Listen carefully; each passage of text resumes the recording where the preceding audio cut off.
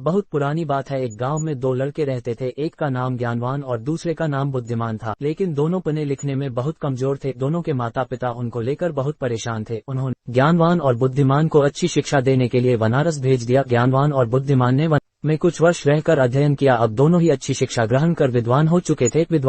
साथ ही उनमें इस बात का घमंड भी आ गया था कि वे बहुत विद्वान हैं। हर जगह दोनों ही अपने श्रेष्ठ और दूसरे को नीचा दिखलाने का प्रयत्न करते थे। दोनों को कई बार उनके शिक्षकों ने समझाया, किंतु दोनों अपने को ही श्रेष्ठ समझते थे। शिक्षा खत्म होने के बाद दोनों को गांव वापस लौटना था। रास्ता बहुत लंबा था। चलते चलते उन्हें रात हो गई और उन्होंने एक डेरा डाला। गांव के जमींदार को पता चला कि उनके गांव में बनारस के विद्वान आए हुए हैं। जमींदार ने दोनों विद्वानों को रात्रि विश्राम और भोजन के लिए अपने घर आमंत्रित किया। ज्ञानवान और बुद्धिमान दोनों जमींदार के घर आ गए। जमींदार ने दोनों के रुकने की अलग अलग व्यवस्था की और स्वादिष्ट पकवान बने। जमींदार पहले ज्ञानवान के पास गया और हालचाल जाना। जमींदार पहले तो ज्ञानवान से बहुत प्रभावित हुआ, किंतु अपने घमंड और बुद्धिमान को नीचा दिखाने के लिए ज्ञानवान जमींदार से बोला, बुद्धिमान तो ना का बुद्धिमान है, इतने दिन बनारस में रहकर भी वह कुछ नहीं सीखा और अभी भी गधा ही है। ज्ञानवान की बातें जमींदार को अच्छी नहीं लगी। ज्ञानवान से मिलने के बाद वह बुद्धिमान से मिलने गया। बुद्धिमान ने भी ज्ञानवान की तरह ही बातें की और कहा, ज्ञानवान को कोई ज्ञान नहीं है और वह तो बैल है जिसे कुछ नहीं आता। जमींदार दोनों से बहुत निराश हुआ और कुछ देर पश्चात उसने ज्ञानवान और बुद्धिमान को भोजन के लिए बुलाया। दोनों भोजन के लिए आए और जब दोनों को थालियां परोसी गई तो थाली में घास और भूंसा था। यह देखकर दोनों जमींदार पर बहुत क्रोधित होते हुए बोले, आपने यहाँ हमें बेइज्जत करने के लिए बुलाया है क्या? हम कोई जानवर है जो आप हमें भूसा और घास खिला रहे हैं? जमींदार हाथ जोड़कर बोला,